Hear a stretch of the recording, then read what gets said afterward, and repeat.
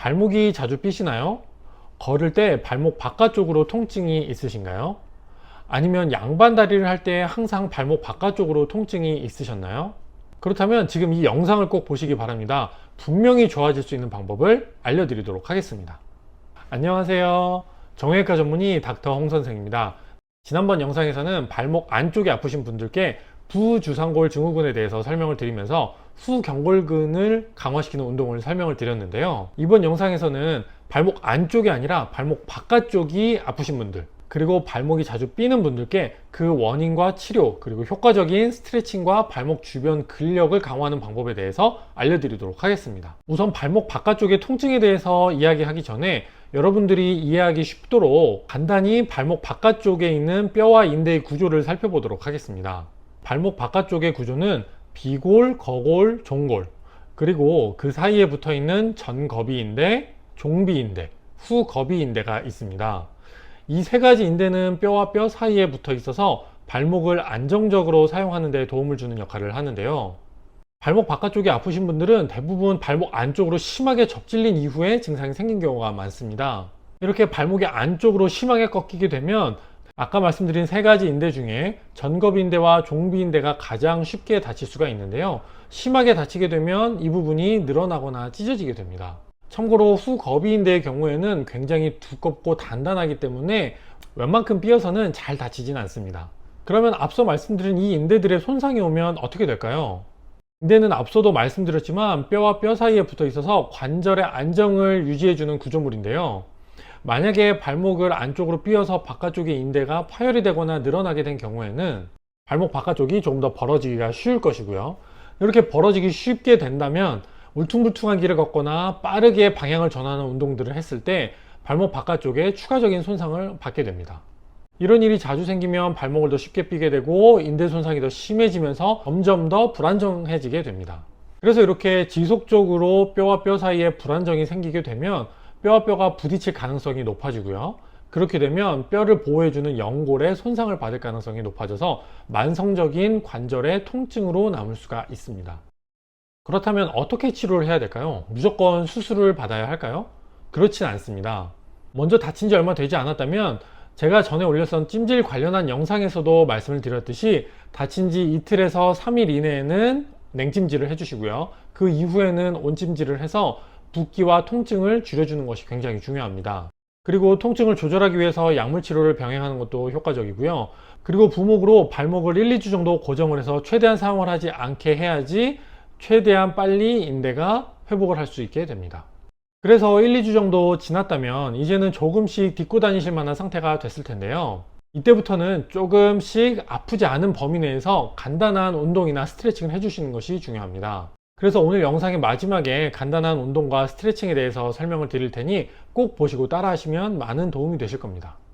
그래서 이런 운동이나 스트레칭으로 점차 통증이 좋아진다면 운동의 강도를 올려서 간단한 조깅이나 러닝 같은 거를 병행해 주셔도 괜찮고요. 더 괜찮아진다면 무리하지 않는 범위 내에서 운동을 마음껏 하셔도 괜찮습니다. 하지만 이렇게 해서 한두 달이 지났는데도 계속적으로 통증이 있고 자주 삐게 되는 경우에는 어떻게 할까요? 그때는 인대의 파열 정도를 MRI나 초음파를 이용해서 검사를 하고요. 파열 정도에 따라서 인대 강화하는 주사를 하든지 아니면 수술적 치료를 시행하게 됩니다. 주로 세 가지 경우에 수술적 치료를 권하는데요. 다치고 오랜 기간이 지나도 통증이 있으시거나 아니면 발목이 너무 자주 삐는 경우, 아니면 전문적인 운동선수의 경우에는 빠른 수술을 추천합니다. 수술하는 방법은 크게 두 가지가 있는데 찢어진 부분을 봉합을 해주던지 아니면 너무 찢어진 정도가 심하다 그러면 인공인대로 재건을 해주는 방법이 있습니다. 수술 후 2, 3개월부터는 가벼운 조깅이 가능하고 5, 6개월 정도가 지나면 웬만한 운동들은 하실 수가 있기 때문에 많이 불편하신 분들이라면 수술적 치료를 고려하는 것도 좋습니다. 발목이 삔 경우에 재발하지 않기 위해서는 평소에도 꾸준하게 발목 주변의 근력을 강화해주는 운동이 필요한데요. 지금부터 쉽게 따라할 수 있는 발목 외측 부위 강화하는 운동들을 알려드릴 테니 꼭 보시고 꾸준히 따라 하시기 바랍니다. 우선 밴드를 하나 준비해 주시고요. 다친 쪽 발에 밴드를 걸어 주시고 그리고 나서 다른 쪽 발로는 밴드를 눌러주고 손으로 살짝 잡아당겨서 밴드에 긴장을 주시면 준비가 끝입니다. 이 상태에서 다친 쪽 발목을 바깥쪽으로 밀어주는 느낌으로 밴드를 늘려주시면 됩니다. 발목을 앞으로 숙여서 하는 것보다는 편안한 상태에서 바깥쪽으로 밀어주시면 발목 바깥쪽 근육뿐만 아니라 정강이 바깥쪽 근육이 같이 당기는 느낌을 받을 수가 있습니다. 이렇게 한 번에 5에서 10초 정도, 20회 정도씩 아침, 저녁으로 해주시면 좋습니다. 다른 방법도 있는데요. 발목을 조금 더 몸쪽으로 젖힌 상태에서 앞선 방식과 같이 바깥쪽으로 밀어보도록 합니다. 이런 방식으로 스트레칭을 해주시면 발목 바깥쪽의 인대와 근육을 효과적으로 강화시킬 수가 있습니다.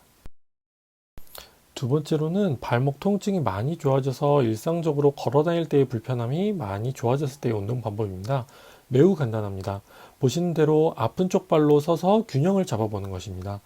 평소에는 균형을 잡기가 쉽지만 다치고 나서 근력이 떨어졌을 때는 균형을 잡는 것이 생각보다 어렵습니다. 이렇게 균형을 잡도록 노력해서 발목의 바깥쪽뿐만 아니라 주변 근육 전부를 강화시킬 수가 있습니다. 두 번째로는 조금 더 발전된 방법인데요. 한 발로 선 상태에서 살짝 점프를 뛴 다음 착지하면서 한 발로 계속 균형을 유지하도록 하는 것입니다. 앞선 동작보다 더 강한 근육의 힘이 필요하기 때문에 통증이 조금 호전이 되는 단계에서 하시는 것이 좋습니다. 이렇게 꾸준히 하시면 발목 주변의 근육이 강해지면서 발목이 자주 삐는 것을 예방하실 수가 있습니다. 오늘의 영상은 여기까지입니다. 궁금하시거나 영상에서 다뤄줬으면 하는 주제들이 있다면 아래에 있는 댓글로 달아주시기 바랍니다. 제가 최대한 빠르게 답변 드리도록 하겠습니다. 그럼 다음 영상에서 뵙도록 하겠습니다. 감사합니다.